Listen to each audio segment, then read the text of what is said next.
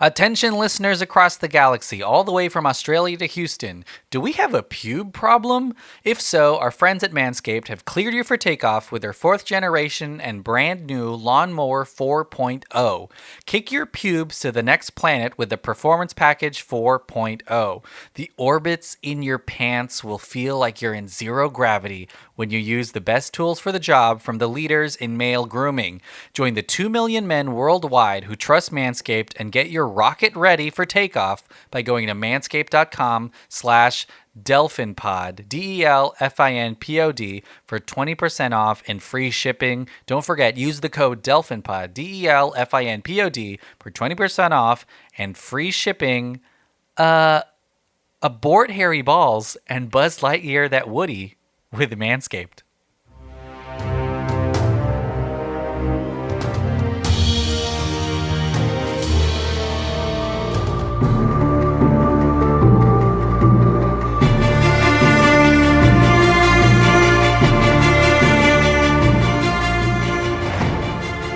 Welcome to another episode of Countdown to Infinity, a Marvel's Avengers podcast. We talk all things MCU, and that stands... That stands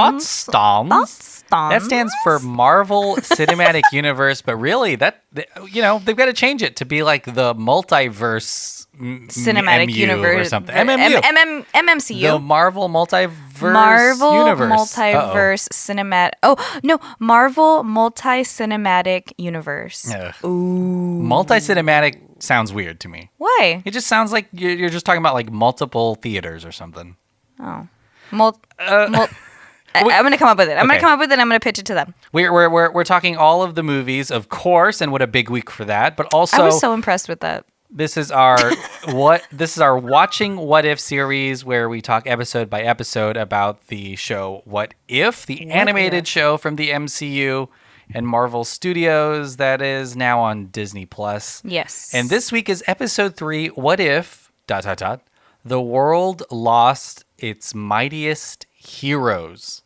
It's a wild episode, a lot of characters and a lot of superheroes that we know and love. Yeah. Also a lot of R.I.P. going on in this. Mm-hmm. But we'll talk about that. But before then, this week is not only the release of What If, another episode of What If, but September 3rd, the release of Shang-Chi and the Legend of the Ten Rings. Yeah. It's coming out. Stoked. Another movie. Are you excited to watch it? I am excited to watch it. I feel like it's been a long time coming, and it's gonna be great. It'll explore a brand new universe within the MCU that I don't think we've seen before. No. I'm not sure exactly what to expect. We know that I feel like we've seen a lot in the trailers, but also I feel like we really don't know much about what we're going to see. We know it looks like it's centered around, of course, the titular character starring Tony Liu, but it looks like it's about his dad and maybe a criminal underworld. It's like a legacy of some sort. Yeah, maybe we'll take a trip to Madripoor from Falcon and Winter Soldier. Be fun. Yeah, possibly. You really don't know, and you don't really get a lot from the trailer, like when it comes to like story, like what's going to happen, and what, like, all you know is that you see a lot of cool kung fu. A lot of abs. Awkwafina is in it. A lot of abs. Michelle Yeoh, who I love so much. Shirtless. Michelle Yeoh. A lot of shirtlessness. It's going to be exciting. And honestly, a brand new hero. And I know that we can't say it enough. It's been a really long time since there's been a new standalone, but like new titular hero. Because in Black Widow, we got, Florence Pugh, but... that's still a Black Widow movie, but this is a Shang-Chi movie, so it'll be really exciting to see. Yeah. Important to note, too, that this is not one of those day and date, watch on Disney Plus and in theaters thing. This is solely a theatrical experience. Yeah. Mm-hmm. So how do you think it's going to do? I know we don't really talk about box office that much, but what do you think about... I'm really excited about going to the movies, but it'll be interesting if people go back to watch an MCU thing. Yeah, I feel like going back to the theaters, having this only go into theaters is going to be, I don't know if it's the right timing for Disney as a company, just because of all of the backlash that they got because of the whole ScarJo thing. Yeah. So this looks a bit like they're just on a roll of pissing people off almost. Yeah. But I mean, I think that everybody who can take precautions if they want to. And I mean, you don't have to necessarily go and see it if you don't want to. Like, if you're going to do something that makes you uncomfortable, then maybe just don't do it. And if you're not there yet to see it in theaters, then, live your life. It'll be released, I'm sure, at some point on Disney Plus. Yeah, I mean, it's not a big deal. It's going to be okay. Like, the world will still go round if you don't go see it. Yeah. I mean, you may be hit with some spoilers if you're on the internet for whatever reason and just looking it up. But I mean, And I will say spoilers happen sooner than, like, before you look watch at the movie. Look at the Spider-Man trailer. Yeah, there are probably already spoilers for Shang-Chi online right now. Yeah, Before the movie's out, I bet it's already there. If you dig deep enough, yeah, for sure. I'm People dissect that trailer. People Yeah. dissect everything. So yeah. If you are really wanting to watch it, you may not want to go opening weekend. That may be really packed. Yeah. But you can go maybe during a matinee, during the weekday. Find Those a smaller should be theater, like smaller theaters. Something that's you know. happening with COVID. Some places are still, their precautions are still pretty high, Yeah. or they're, there aren't that many wide release movies. So you may be at a fairly empty theater to watch Shang-Chi. It's super possible, but be safe no matter what. yeah, Get vaxxed and wear a mask, and I'm sure you can enjoy it Yeah. however you want to. But Sanitize your hands, That'll be you later know. this week. I'm sure your John and hands. Andrew will be on the pod to talk Shang-Chi. They like to do the movies when they come out. right. But we're not talking about, this isn't the watching Shang-Chi podcast. This is the watching What If podcast for now, at least until What If it ends. Yeah. But this is a really insane episode. There's a lot that happens. It's sort of, we talk about those diverging points in the last two, but this is where this one is Constant. pretty big. Yeah, it's like constant diverging points. And honestly, like I was thrown through a loop like the whole time. I was waiting for like that moment, that quote unquote moment of like, Yeah. oh, here's where like, Well, and like they're obvious, and it's there. Well, it all seems to come from this mission that Hank Pym's daughter, Hope. Hope joins S.H.I.E.L.D. and she's on a mission. And it is a mission that is referred to in Captain America Civil War that it happens kind of right outside of Odessa. But it seems like in this universe, she loses her life. Mm-hmm. And that, well, we're jumping all the way to the end. It pisses off somebody who we don't know, until the home. But what did you think about this episode? What did you think about the horror aspect? And what do you think about seeing, like, our biggest Avengers get taken out one by one? It was a bit of a shock, but I mean, it was fun. It honestly felt like I was watching a Marvel movie, if that makes sense. Like, you really don't understand, but one of the beginning Marvel movies, like, you really don't understand what's going on. I say Marvel, but one of the beginning Avengers movies where you really don't understand what's going on or what's going to happen, but it's going to be someone kicking ass, and you're just like, okay, well, now I have to find out, like, who the actual, like, villain, quote unquote, is, and I gotta check it out and see what the fuck is going on, because I was confused. I was like, what? I don't even know what was happening. But I think we called that it was Ant-Man related, like, when also ScarJo, was she not in this? I don't think so. There were a lot of ScarJo voice wasn't- cast, but then there's quite a few that I don't think returned. Yeah, there was some that you recognized and some that you didn't. ScarJo, I don't think was actually ScarJo, or Black Widow wasn't ScarJo.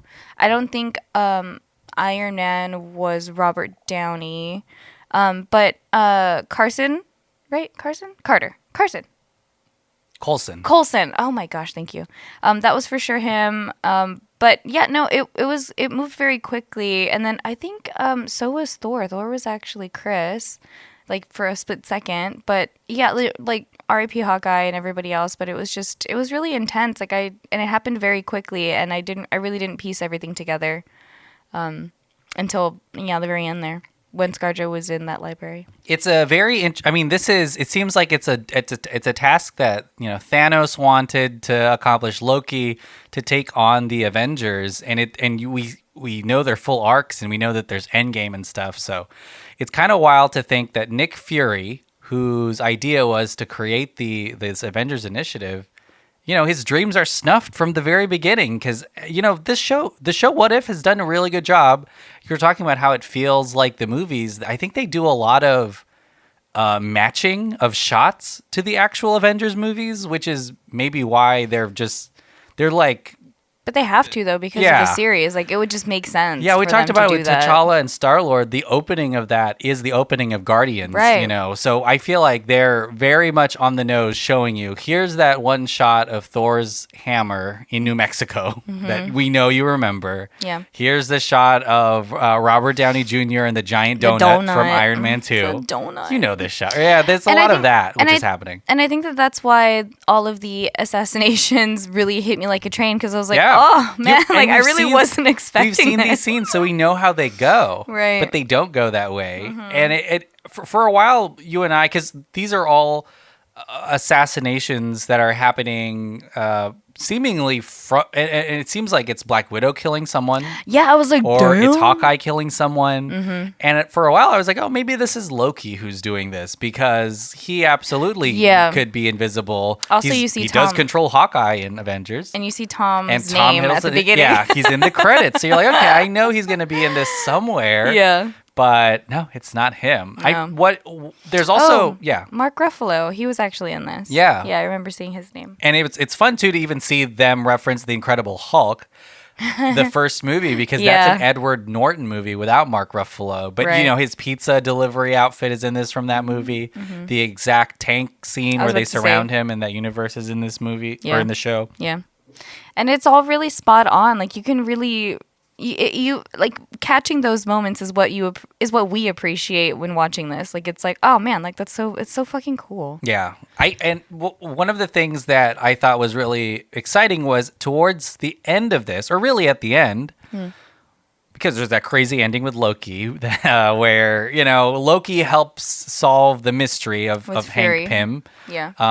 But there is, and we'll talk about Michael Douglas again in a bit, but there is this sense of inevitability too, which is even though all of the Avengers are dispatched or killed in this, a lot of them, there is still this endless need for Nick Fury to right things. And even though Hulk, Hawkeye, Black Widow, Iron Man, the early Avengers are gone, Thor, you know, he still has Captain America. Yeah. He can still call Captain Marvel. So Captain Marvel, seems somewhat inevitable that he'll still be able... Create some sort of force. Yeah, it's create some kind of force. Yeah. Well, let's go back and talk about... Who was your favorite assassin? Like sequence. Oh, Like- okay. I was like, there was only Sorry, one. no, I know, so, yeah, that's what I meant. Like assassination sequence. you know, the one that was really surprising to me was Thor. That was really interesting because it seemed as though Hawkeye was the one who did it. Yeah. Because even when he was saying like, it wasn't me, I was like, who else? It can't be anyone else. It's only him up in the rafters. And I think there was really a fun moment too. And that's something that I really enjoy from the show in general, because this happens plenty of times in the other two episodes, is this isn't a show that takes itself too seriously. I know there's a lot of serious moments, but there's that fun moment where they talk about Thor's hair in this. And I like that because they really, you know, they know that they're just having a good time with these characters. Yeah. And they kind of play into the fact that he's a little goofy in the first Thor movie. And he is kind of different He's, like, from the Thor we self-absorbed, know isn't he, now. for a Yeah, second? self-absorbed, really long hair. Yeah. Super buff. I think buff. they referred to him as like a Chippendales model. Do you remember? Yeah, they make fun of him many different ways in this. And I think that's great because that kind of fits into the Thor we kind of know now. But I think I really like that about the What If show. Like there's moments like that for the T'Challa episode and for Peggy Carter. And I like that they're playful. They're playful. It's a playful series. When Black Widow's killing or, you know, punching everyone out. That was fun. insane. I loved that scene inside of the truck because, I mean, the way that they animated her punches, like, was hardcore. Like, that she was just taking them out, bro, with, like, not even breathing in between punches. Like, boom, boom, boom, boom, boom, boom. Maybe like, this is hard because as we fuck. were so close to the Black Widow movie that just came out. But when she is assassinated, I was like, that sucks. That was maybe the worst assassination for me. Yeah. Not the best sequence, but I was like, No. man, what a bummer, because she gets so close to the truth, even getting to like seeing Hank Pym. Well, let's talk about Hank Pym a little bit. He looks, voiced by Michael Douglas, he looks... Oh, you're just not going to ask about mine? Well, what? My favorite one. Oh, I thought you already... Oh, what's your favorite? No, it's fine. No, what is it? No, it's okay. Come on, what is no, it? It's just fine. What is it? It was the Hulk one where he explodes. Oh, yeah. That was really cool. his heart, I guess, expands or something like Yeah, that. yeah. There's some sort of there's some sort of. And they talk about a lot, like you're invincible, you can't die. And you they can't kept die. saying it too, like he can't die, I can't die. Like he told Black Widow, Black Widow was like, okay, good, then that's gonna come in handy. Yeah. And then Homegirl was like, oh my god, no, he's not supposed to die, he can't die, and then he died. Yeah, and even we were saying things are a little playful. Even the deaths are a little bit playful in a way. Like you're not sorry. meant to be super sad Oh, I by see. them. Yeah. Like it's Yeah. very much a mystery. Yeah. Kind of a murder mystery, like a TV mystery. So you're like, okay, cool. Like they didn't play it up to be a big cry moment, which is good, especially for this, because you're killing like 5 people. Yeah, I thought that the most what is it called? The most. Oh, I lost the word. Oh my gosh. Oh, disappointing. Yeah. The most disappointing one was going to be Iron Man, like the way that he just kind of like toppled over, and I was just like, "Oh, like is he dead? Like, or is there something else going on?" Like I didn't know if he was actually like It makes sense for him gone. to be the first one, because not only was he the first Avenger, but was you know about to what? say, You yeah. probably I know that you can't get Robert Downey Jr. back, used but to the idea of him being gone already. though. no, You know what I'm saying? no, I'm we just love him kidding. a lot. But I think he would be he's one of the voices that you would notice for the Oh, entire for episode sure. to be like, that's As soon Nah. as he said something, I was like, that's not him. Yeah. That's not him. It's the same. It was the same thing with Black Widow. Like as soon as she talked, I was like, there's no way that's Scarjo. That's not What did you Scarjo. think about Yellow Jacket, or the Ant-Man, quote unquote? The first Ant-Man who used the Yellow Jacket suit, Hank Pym, the villain of this. What did you think about him? Are you kind of surprised at his power, or the fact that he is the one that seems to be able to end the Avengers initiative before it begins? First of all, I thought he looked busted. Like They make him look They insane. made him like the bags under his eye. Like he needs Honestly, a though, nap. when I look in the mirror, I look like him a lot. I look like he him. needs My some hair's sleep. yeah. That guy. My gosh, he been going after this for too long. Like relax, my dude. No, It's but like obsessive, right? It's his whole life. yeah. No, but I mean, like, with grief, like, you really don't know what to expect from an actual person. You know what I mean? And so, like, grief drives people insane sometimes. And so, I get it. But that doesn't mean I'm going to go around killing potential Avengers, superheroes. yeah. But no, I do think that his power was definitely derived from his motivation, like, from his grief. And we know too. he's smart as hell. Yeah, for sure. And then the way that he uses his own capabilities and understands the weaknesses of each individual Avenger too, like, and uses them. And he's to his around, advantage. right? Like, he's just seems to be around always. Yeah, because he can go. I mean, he's super tiny, like, so Yeah. he can just see and hear and do whatever the fuck he wants. It's almost like being invisible, to be Yeah. honest. So yeah, I'm not surprised. Like we only see Paul Rudd do the same in actual Ant-Man, but I mean, to a certain extent, like imagine if Paul Rudd was like just as, Paul Rudd, if Paul Rudd's character was just as smart as Michael Douglas's, but like in his prime, like it would be the same thing. Like Paul Rudd would kick so much more ass if he wanted to, and if he had the actual like capabilities like Yeah. Michael did in his prime. Like, so yeah, it would make sense for him to be able to take down everybody. And Hank Pym is in the comic books, and I guess they allude to it in the movies, like his past. He's a very wild individual. Like in the comic books, he's a character that deals with domestic violence. He's got a temper. Yeah. So he kind of borders that kind of crazy scientist look. And you're right, Paul Rudd's like Scott Lang is not that. He's just a fun dad. He's like Uh-huh. his head is not as in it as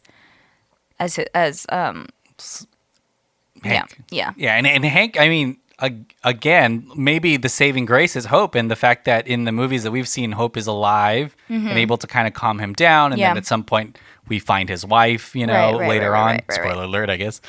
But without her, he would There's probably nobody be like this. Yeah, because there's nobody holding him down. Crazy, his power. And you know what? When we originally heard that Ant-Man was going to be a movie, I was like, oh, that's going to be kind of silly.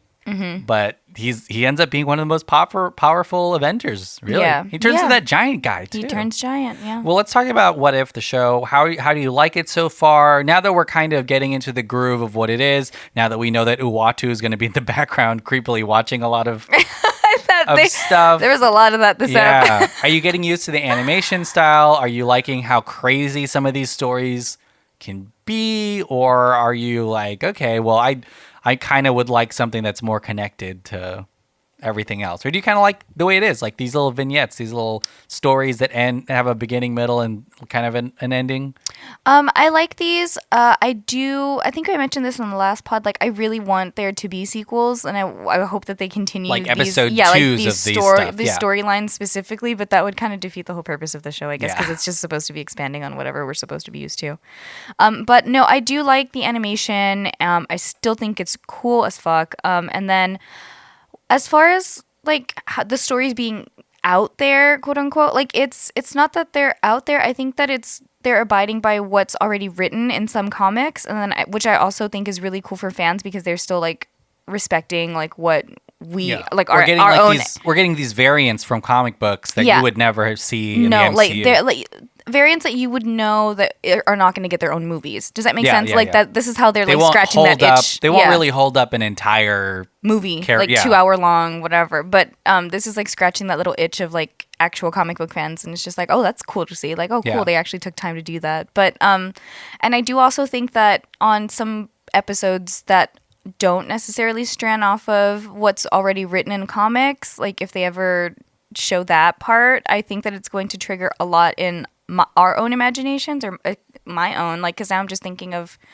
other ways that we can see the characters that we've come to grow with, and like I say grow with, but like it's been like what, like 12 something movies, like it's 20 something movies, but yeah, no, I think it's really, really cool. And this is kind of what I expected from the show to begin with. I just wanted it to trigger like all kinds of really bizarre thoughts and like imagination driven scenarios that are just like, what the fuck? What if that happened? Like, holy shit. Like, I didn't even think about a world without Thor, or like where somebody assassinates a bunch of Avengers. Like, that shit's wild. Why the fuck would that ever happen? And then to see like just a glimpse of that, it's like, oh my god, like now what? Like what would happen? Yeah, these shows really go fast. These episodes go fast, really quickly. And the premises, I think, are coming from comic books, which is really cool. Yeah. But the way they're delivering it to us, the scenes we're seeing, and of course some of the voice acting is directly related to the movies, which I think is a great mix of the two. It's a good combo. It's like what we talked about before. Visually, it looks exactly like the scenes from the movies.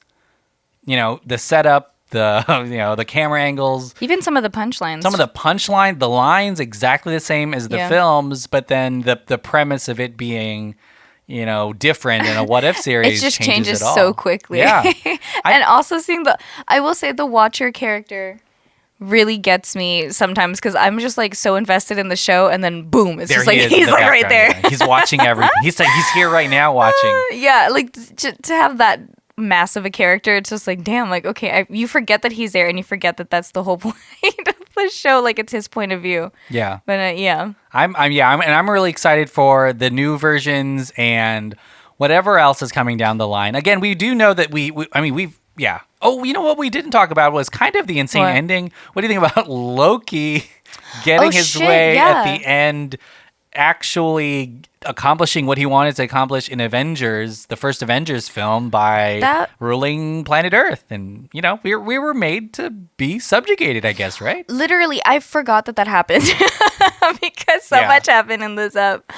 No, I mean, again, that makes sense because without the Avengers, in reality, that was kind of the point of which Avengers movie was it? Was it the first one? The first one, right? Yeah. Mm-hmm.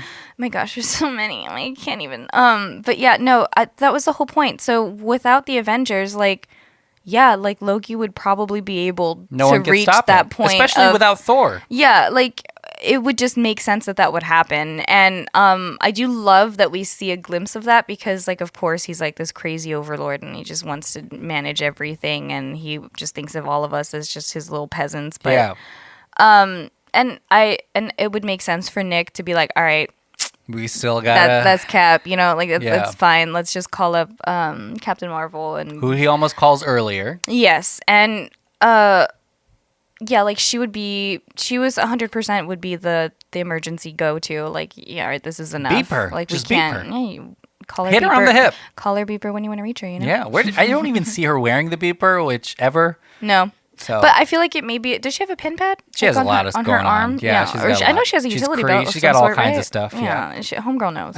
she knows what's up. I just think it's kind of silly that the Loki ruler goes to the UN, which is primarily like a PR mission. Like they don't actually have much power at the UN. Well, I mean, I It's would weird think he'd that go. Everyone. That's a thing that happens in a lot of movies. I what's guess. the same thing with Black Panther? Like that wasn't that like a UN meeting, or am I misinterpreting something? There's all kinds of different forms by the time there's Black Panther, because there's also this Sokovia Accords and all that stuff. But that's fair. Yeah.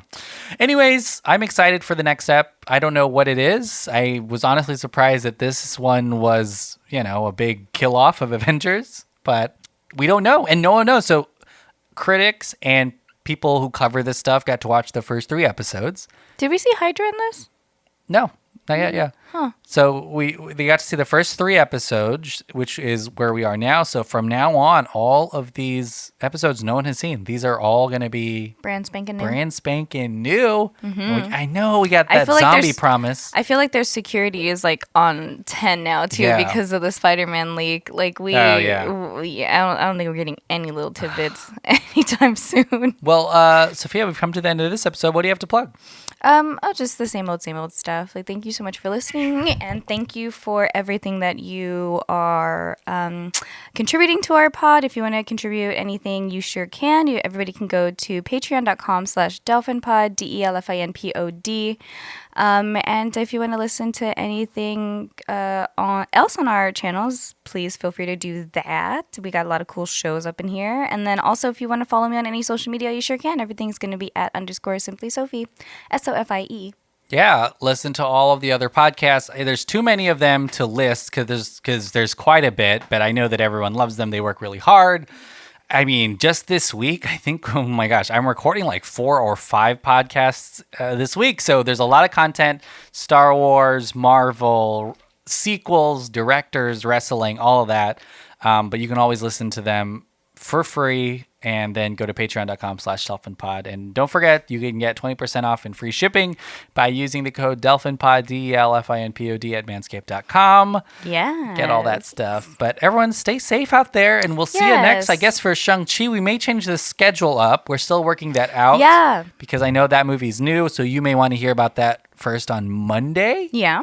But, and then What If on Wednesday? And then What If Wednesday. Yeah, we may do that. But that sounds good. We'll see you next week. We'll see you real soon, you guys. Bye. Bye.